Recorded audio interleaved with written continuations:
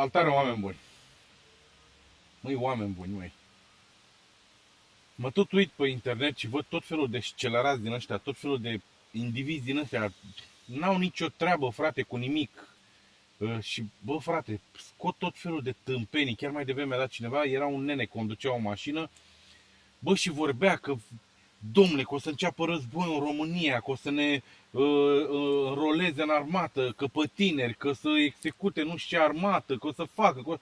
Bă, băgatule, deci i-am zis lui cine, bă, zic, nu mai îmi trimiteți, bă, toți nebunii ăștia, mă, ăștia toți celerați, mă, ăștia nu au ce căuta în online, fraților.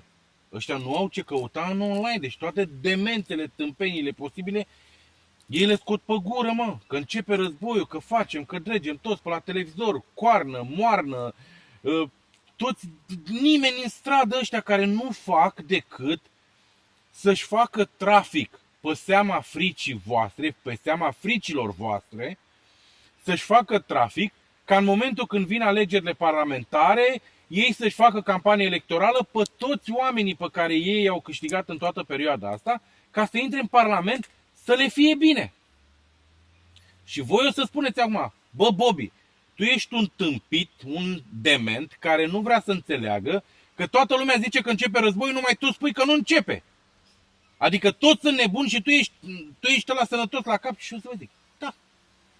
Și să vă explic de ce. Bă, fraților, vă mai explic ca nu știu câta oară. V-am mai pus și mai devreme și clipul cu cei 2,5 milioane de evrei care urmează să fie acomodați în România. Doctori, ingineri, specialiști, o grămadă din astea care, de meserii din astea, oameni care or să vină să aducă un plus valoare la ceea ce e în România în momentul de față. Deci, trecem peste povestea. Să vă zic de ce nu o să înceapă niciun război în România. Bă, oamenilor, la sfârșitul acestui clip, o să vă las o chestie. Bă, uitați-vă, bă, la toate clipurile pe care vi le pun până la sfârșit, pentru că toate au niște chestii pe care voi trebuie să le înțelegeți odată pentru totdeauna. Nu vă fac clipuri lungi că mă plictisesc, că din timpul meu liber mi-l rup să vă fac vouă informări și tot felul de chestii de genul ăsta, tocmai ca să încerc să vă mai deschid la minte, să nu mai puneți botul la toți scelerații ăștia care sunt pe internet, pe TikTok, pe Facebook, peste tot. Deci, fiți atenți aici. Bă, fiți atenți. CIA-ul este implicată în Ucraina mai mult decât vă imaginați voi. CIA-ul ține o balanță între licurici, Ucraina, țările din Europa și Rusia. Și eu zic, bă, ești nebun, dar de unde știu? Bă, ascultați aici. CIA-ul nu lasă pe ucrainieni să se ducă să atace Rusia ca să nu-l provoace pe Putin să nebunească ăla și să dea drumul la urgia pe pământ. Deci CIA-ul face chestia asta, dar în același timp CIA-ul implică țările din Europa în povestea asta, menține o balanță cu ceea ce face Biden, aduce arme în Ucraina pe diferite linii aeriene din astea care nu trebuie să le știe nimeni. CIA-ul are baze în Ucraina. CIA-ul se ocupă de toată problema asta, fraților. Totul este controlat. De-aia vă spun de atâta timp că nu începe niciun război în România, nu o să înceapă niciun război în Europa.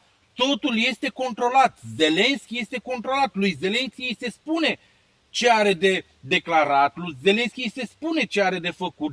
Deci totul este controlat. Chiar dacă Polonia și Anglia au vrut să aibă niște activități din astea mai agresive față de Rusia, imediat au fost puși la colț și le-a zis, bă, calmați-vă că nu e cazul. Înțelegeți, dragi români?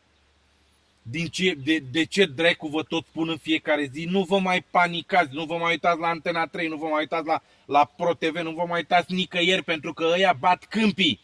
Totul este un script făcut de CIA pentru a se întâmpla niște lucruri. Luați clipul ăsta și faceți dracu share la toată lumea și dați-l peste tot să aibă cât mai multe vizualizări, să înțeleagă tot poporul ăsta român că tot circul care se întâmplă în Ucraina este controlat de CIA și nu o să iasă din zona aia. Nu o să plece nicăieri, nu o să treacă granița, nu o să ajungă în România, nu o să ajungă în Polonia, nu o să ajungă nicăieri. Și nici țările europene nu o să se implice activ în Ucraina în războiul ăla. Nu, frate, acolo este o mega combinație pe niște foarte mulți bani. Între BlackRock, Vanguard, CIA, zăcămintele și cu toată povestea aia din Ucraina. Deci totul este pe bani. Și chiar când este pe bani, nimeni nu-și dorește escaladarea unui conflict în niște țări să aducă să pornească urgia pe planetă. Ne-am înțeles, dragilor? Deci, vă las clipul ăsta, uitați-vă la el că vi se explică ca la proști, cu subiect și predicat, de ce Paștele Măsii nu o să înceapă niciodată războiul în România și nu numai în România, în Europa, și că totul este controlat. Da? Deci luați, faceți share la clipul ăsta, dați la cât mai multă lume, să înțeleagă de ce dracu trebuie să stați voi liniștiți, să vă duceți în vacanțe, să vă plătiți ratele, să vă vedeți de viața voastră, de copii, de familie, de case, de tot. Că nu începe nimic în România și în Europa.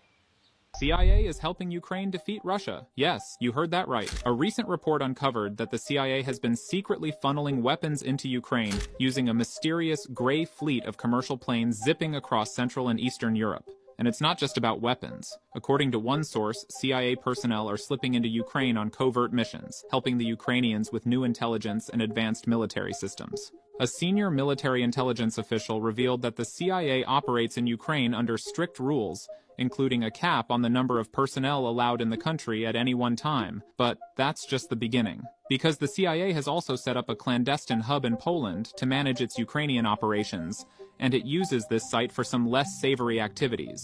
Now, you might be wondering why the CIA is involved in Ukraine at all, especially since President Biden promised no military interventions in the war. Here's where it gets really interesting. Simply put, the CIA is trying to understand what the two sides will do, because President Joe Biden has determined that the United States and Ukraine will not undertake any actions that might threaten Russia itself or the survival of the Russian state, because the last thing Biden needs in his hands is for this war to escalate and engulf all of Europe in a new world war.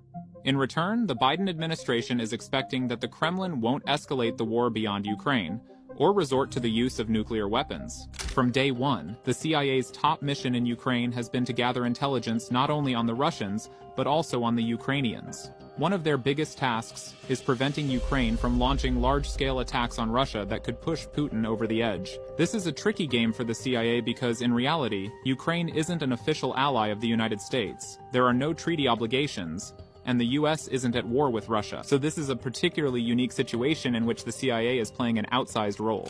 For more than 2 years, the CIA has been stretched thin, doing a little bit of everything. They're secretly providing weapons, gathering counterintelligence, and keeping Ukraine's neighbors involved in the conflict. It's a delicate balancing act in a complex and volatile situation. I think we can all agree on the fact that Ukrainian President Zelensky has been very effective in getting what he wants, but what many people don't realize is that even he has had to agree on certain restrictions too.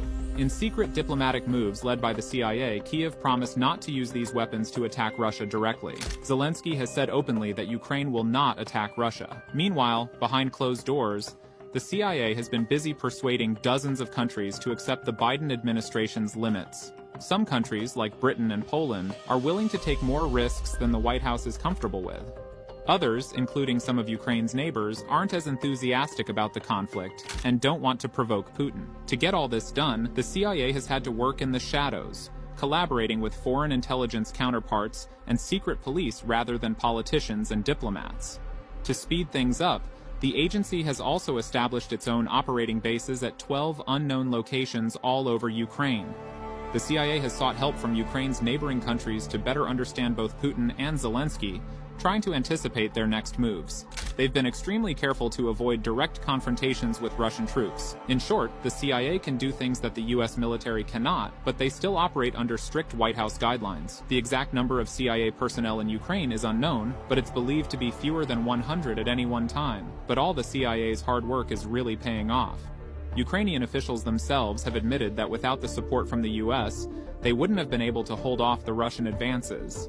It just shows how crucial the CIA's role has been in all of this.